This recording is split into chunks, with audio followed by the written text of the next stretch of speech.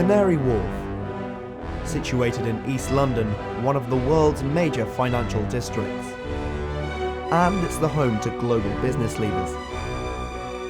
Once a cargo warehouse forming part of the busiest port in the world, it's now developed into a powerhouse of glass and concrete. Alongside the traditional City of London, it's one of the capital's two main financial centres.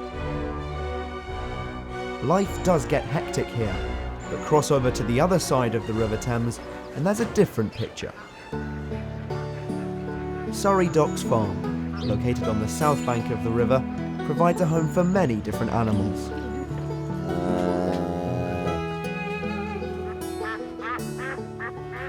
Welcome to Surrey Docks Farm. My name is Claire Elson and I'm the livestock manager. My job is to look after all the animals, so obviously their well-being, make sure obviously their housing is all up to standard, and I also look after loads of volunteers as well, and sort of just make sure that the farm's running and that everyone's happy. Surrey Docks Farm has been running for 37 years. The farm started as just a bit of wasteland, and it actually wasn't here. It was in Greenland Dock, which is about a 5-minute walk from this site here. And basically a lady called Hilary Peters was asked to look after it and basically use it as an allotment space. So she started planting and sort of sorting out the weeds and everything like that. Someone said to her, why don't you get some goats? Because obviously goats were, sort of keep the weeds down and everything like that. She got a couple of goats, and then she got some chickens for the eggs. And it just sort of grew from there. And then a school teacher walked past one day and said, can I come in and see your goats, and can I bring the children from my class? And she was like, yeah, bring them along. And it just grew and grew, and they were at Greenland Dock for 10 years. And then the council needed to build houses on the location where it was. So, and they see the value of what this lady was doing and what the volunteers were doing as well. So they decided to give us this land here, which we've been here for 27 years on this site here. And basically our remit is for education and community space for the locals. We're a free resource. We don't charge anyone to come in here. But so it's all about education and, just letting the city kids see the farm, farm animals that they'd never get to see outside. The animals, to feed the animals and everything like that, we don't have a funding for that. So we are a working farm here. All our animals have a reason for being here, and they all work and they all bring in their own upkeep. It is a struggle. That's why we do ask for donations at the gate, because it is hard to keep a farm running, especially when there's no charges to come in. For instance, we breed our own cattle for meat. We breed our own pigs, we breed our own sheep, and we breed our own goats. We sell the chicken eggs, so they bring in income. Even down to like the donkeys. The donkeys, obviously we don't eat donkeys, but perfect thing is donkey rides. So they bring in their money by doing donkey rides, and that pays for their feed and their vet bills, and anything really that they need. They bring in their own little income to help the project keep running. We also do like outreach projects with schools, and we have a mobile farm where we actually got the vehicle from People's Millions, and we basically we take the van, we take some sheep, some goats, we take the pony or the donkey, and we basically set up as a mini farm in their playground, and so that is a charge for the school, so the school pay us to do that. So that's another way of us bringing in income to help pay for their animals' upkeep.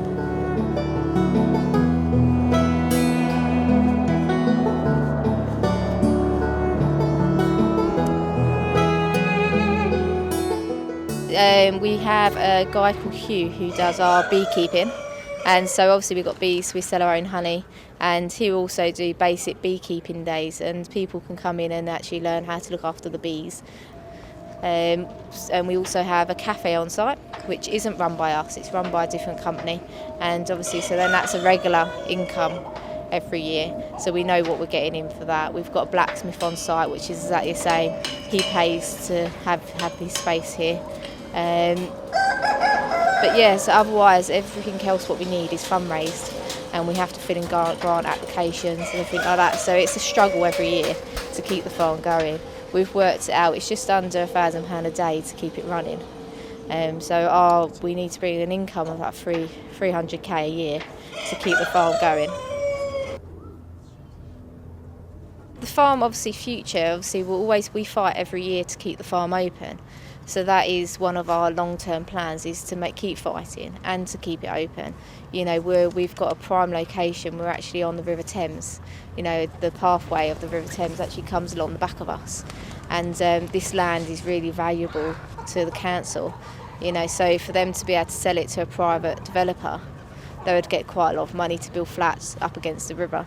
So for us, it's a fight every year to keep it open and to keep everyone realising the importance it is for city farms to be here in the middle of London. So that's our main thing that we fight for every year for the future, is just to keep the farm going.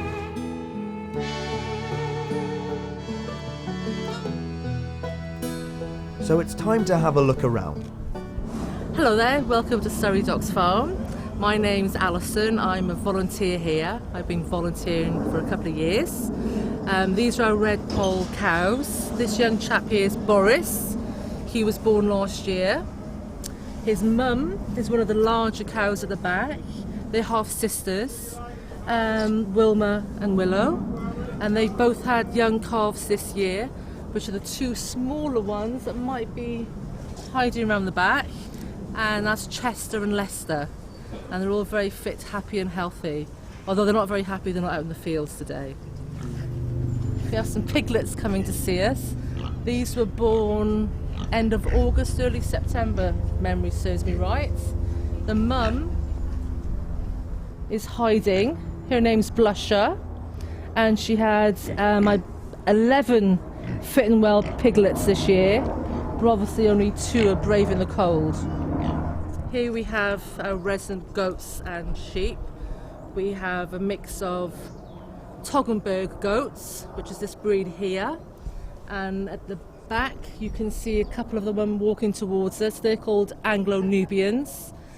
The younger ones were born here this year and last year. They were bred from here, and obviously being a charity and a working farm, we do sell our goat meat, our lamb meat, our pork and our beef, along with all our fruit and vegetables. We have Oxford Down sheep, which are these guys just here. They have the beautiful black faces. This young lady here is an Anglo-Nubian goat. You can get close so you can see her. Her name is Galaxy. Last year we named some of our females with chocolate names. So we have Galaxy, and we have Minstrel, and we have Crunchy, and we have Ripple. This young lady here is Crunchy. This young lady here with a beautiful white face, a wonderful example of an Anglo-Nubian goat. Her name is Minstrel. Just this young lady here. And as you can see, they all live together very happily. They play on their goat mountain. They have plenty of shelter. They all stay together. And sometimes there's a little bit of an argument over the food. These are our Oxford Down sheep. It's actually mating season at the moment. So we're borrowing Frankie here from Mudshoot Farm, who's one of the 11 city farms. And he'll be in here with his lady friends probably for about a month.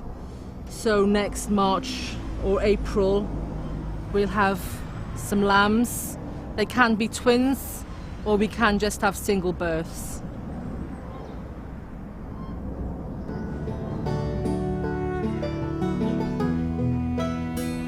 There's 15 city farms in London. So a lot of people would be shocked to hear that, because some people sort of think we're the only one, or because they just don't know about the city farm sort of community. But yeah, there's 15 of us in all, and we're all there for the same reasons. We're all there for education. People said educating people about the food chain. There's a lot of children who don't understand where their meat comes from. They think their beef comes from the Tesco's. They don't realise that beef is actually from a cow. So it's really important that city farms, sort of are there. But we all sort of, if I need a goat and I know another city farm's breeding the same animal, we sort of, we do swapsies, and we've got a vehicle. A lot of city farms don't have that, so we sort of let them use the vehicle, in place of they sort of giving us an animal. So it's we all keep in touch, and we all help each other out, because that's what it's all about. We're all charities, so it's good that we all work together.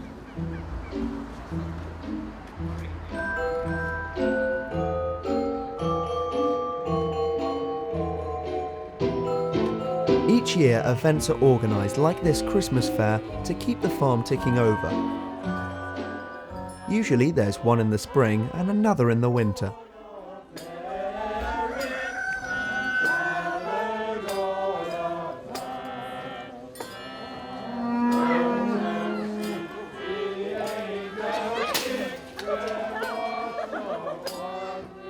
So the Christmas fair is going very well. There's a lot of people taking part with a lot of different contributions. People come with enthusiasm and ideas, and we really need it because the farm needs to generate as much money as possible from the public. The public are being generous, and I think they're having a good time. Yard needs redoing in order to make it more hygienic and comply with regulations because of all this scare about E. coli. So regulations get stricter?